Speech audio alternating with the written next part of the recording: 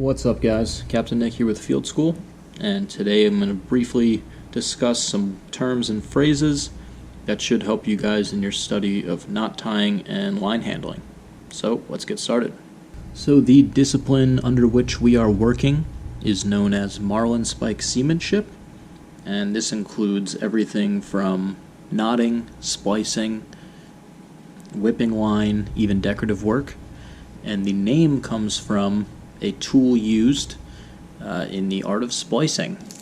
And I have an example right here of a marlinspike. What this is just a tapered piece of steel that helps you to separate the strands when splicing rope or wire. Very, very handy tool. It's either an individual tool itself like this, or you can find them on the back end of a folding rigging knife as well. So if you're going to get into splicing anything at all, I would highly recommend picking up either a rigging knife, which comes with one of these, or a folding rigging knife, which will have it attached to the base of the handle. Having a good working knowledge of common terms and phrases is essential to good, clear communication, which is a huge step in the direction of safe line handling. This is not meant to be a full catalog or glossary of terms you should know when getting into this field, but this will be a short list of relevant terms intended to lay the foundation for you to build upon as you advance your skills in this discipline. So, let's get started. The difference between rope and line can sometimes be trivial, but it was very simply and clearly explained to me once as rope being the material that is shipped out from the factory on large spools, and once that material is cut to length and placed aboard a vessel for a specific purpose, it is then known as line. So, for the purposes of the rest of this video and further videos, we will be referring to all of the material we were working with as line. All rope and line, whether natural or synthetic, are made up and constructed the same way. I have right here a piece of nylon 3-strand line, of which I've cut the end and frayed the strands out so that we can kind of see the construction of this line. So the very, very tiniest threads in here are called fibers, and those fibers are twisted together to form yarns. So this would be one individual yarn, and then these yarns are further grouped and twisted to form strands. And in this case, for this 3-strand line, we have our 3 strands, which are further twisted around. In this case, this is a laid line, which we can tell by the kind of revolving construction here, opposed to a braided line, which would be something like this, which is a nylon braided line, which has the same fibers and yarns that make up strands, which make up the core of this line. And then this line will actually have a braided sheath on the outside of that strong laid core. Our synthetic 3-strand here has our fibers twisted to yarns, twisted into strands, and then the strands laid into what is then our line. Depending on the way we twist these strands will determine the lay of the line. So if you take any piece of line here and you hold it vertically, you can determine the lay of the line. So in this case, when we have looking at all of these individual strands that are spiraling around one another, when we see the strands, when held vertically, go from bottom left to top right, that would be a right laid line. And whichever way we turn this, you can see that that is true as long as it's held vertically. These strands will be running bottom left to top right. That would be a right laid line. If it were the opposite, if we're running top left to bottom right, then this would be a left laid line. Most line that you're going to come across will be right laid, with obviously some exceptions.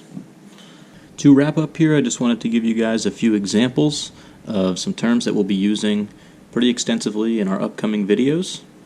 And we're going to start over here with the extreme end or free end of a piece of line. This will be known as the working end, sometimes also known as the running end or bitter end.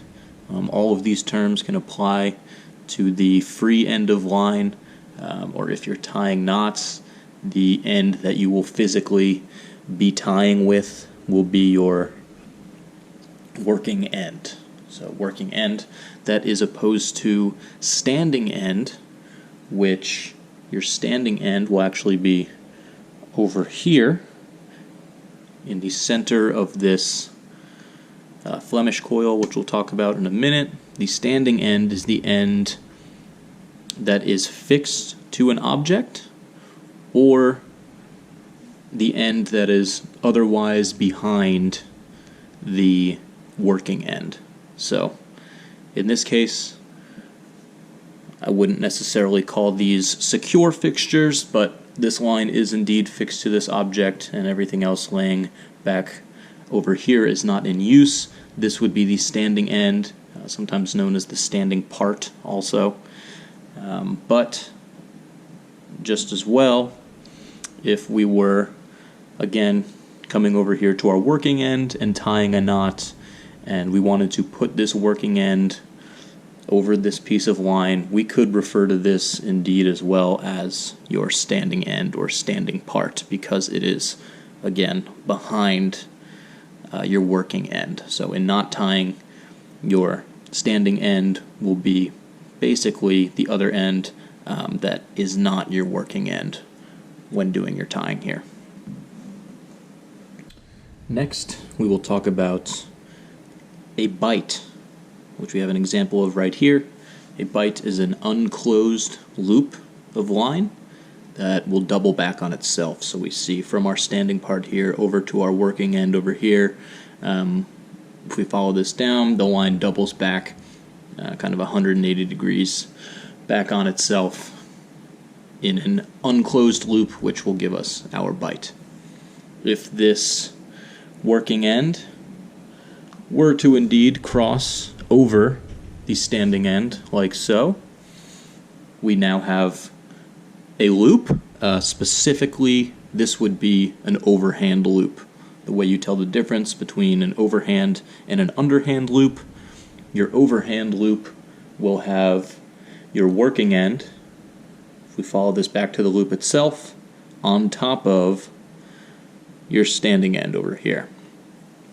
And opposite of that, if we were to make this loop the other way, and from our working end here, if we followed it back to the loop, we see that the working end is underneath the standing end, then that would be an underhand loop. Now moving up here, if we follow this standing part all the way back up to our cleat, we have right here what's known as a round turn. And this is a round turn opposed to what we have over here, which would be known as just a turn. The difference of them being a round turn actually goes 360 degrees around the object that you're tying, either a rail, cleat, whatever, piling. If we follow this line from over here, the standing part working towards the working end, we can follow this line up. It goes around, goes all the way around again, and comes down here. 360 degrees all the way around your object would be a round turn. And again, that is opposed to a turn, which, if we look here, working from the standing end, we come up, we go around this horn of the cleat, and that's it. So we actually have an open portion down here of the object we're tying to that does not have line wrapping around it. So this, laying it basically once over and continuing on, would be just a turn. And if we follow this up, if we lay it over, go around again to secure that line 360 degrees around an object, that is a round turn. Say we were to physically tie a knot here and tie this working end over to this standing part, creating a closed loop in the end of this line. This loop would then be an eye. You could do this with splicing or a knot, even simply seizing a line. Seizing would be using the same kind of sailmaker's twine or any sort of whipping here to actually bind your working end to your standing part, physically closing this loop, which would create an eye. So an eye is a closed loop in the end of a line. Next, we will talk about coiling line. And a coil is a set of compact loops made in a line, so that line can be stowed and set aside for future use.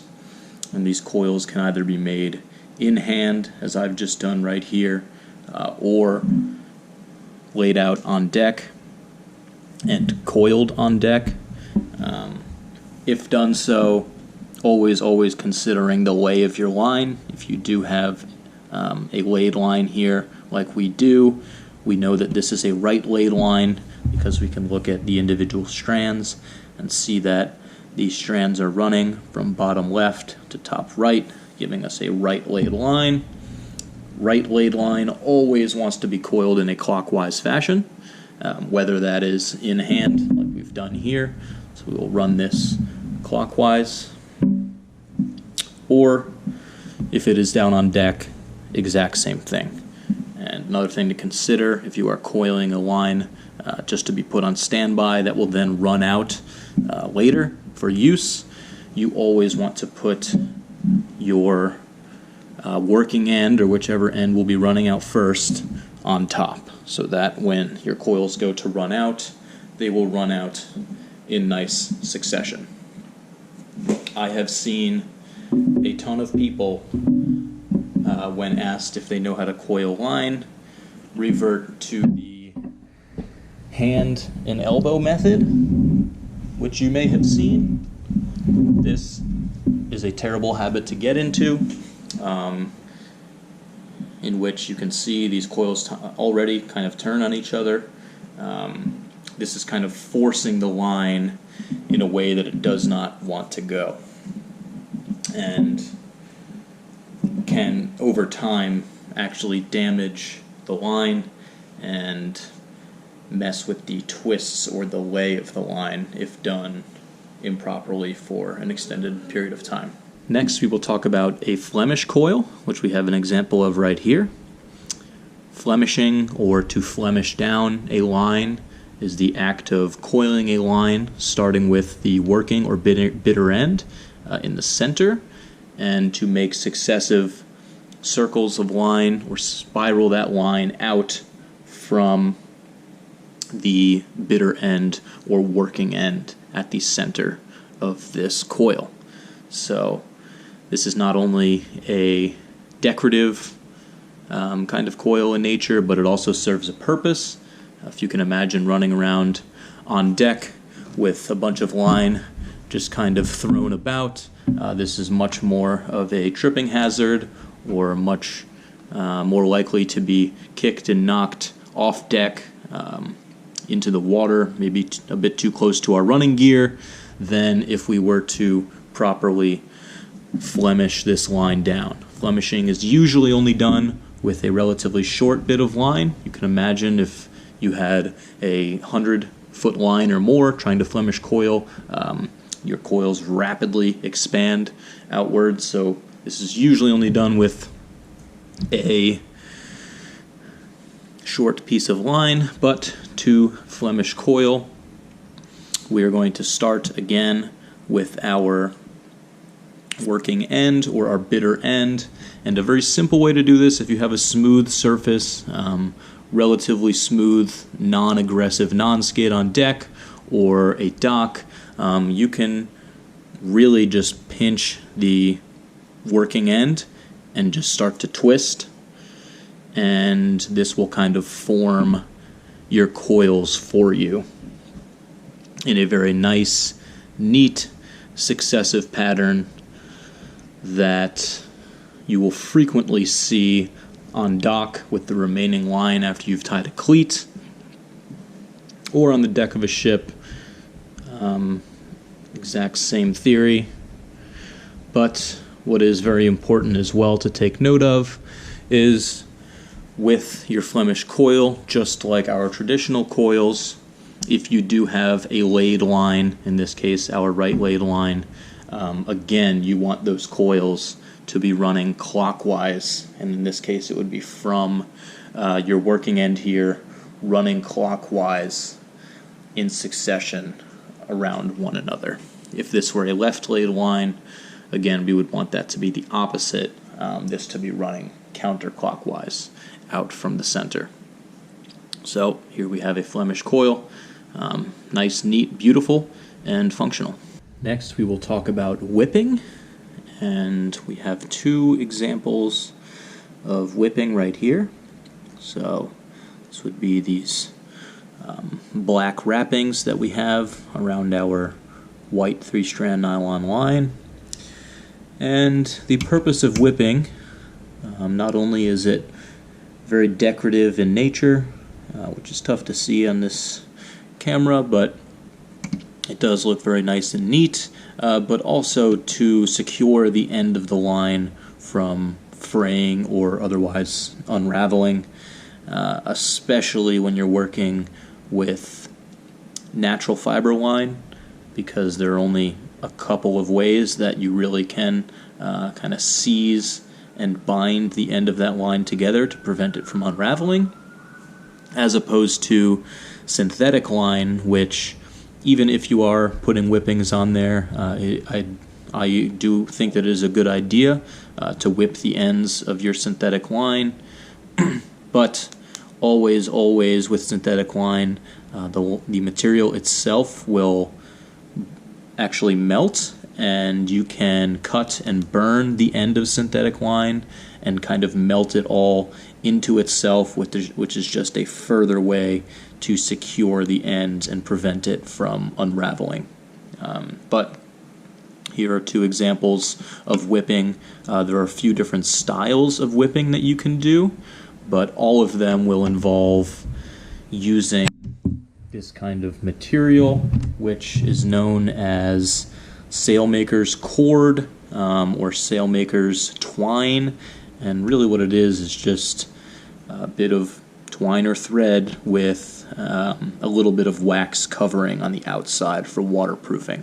So stuff is pretty easy to find and is not too expensive.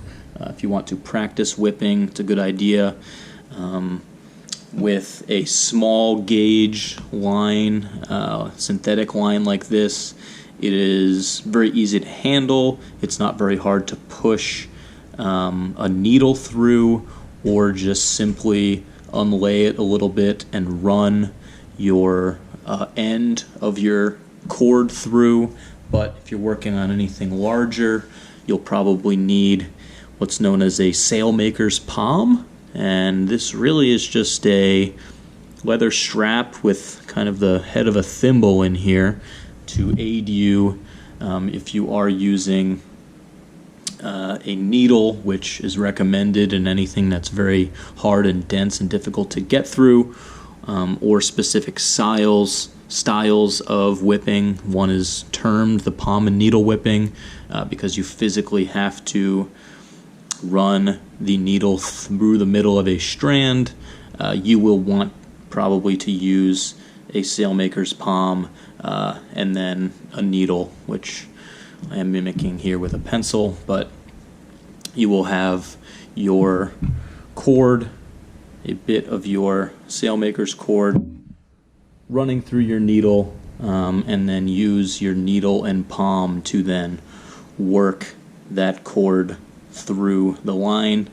And really what most of this is, it's very, very simple. I'll try to cover a couple examples of whipping in future videos, is tightly wrapping this twine around and around and around our lay to secure it. And then there are a few different ways of starting and finishing off that cord, which will really give it its style, and some are more secure than others. All of that stuff I will cover in a separate whipping video, but these are examples of whipping. And I hope you guys picked up some useful terms and knowledge to then carry on into your future Marlinspike Seamanship learnings.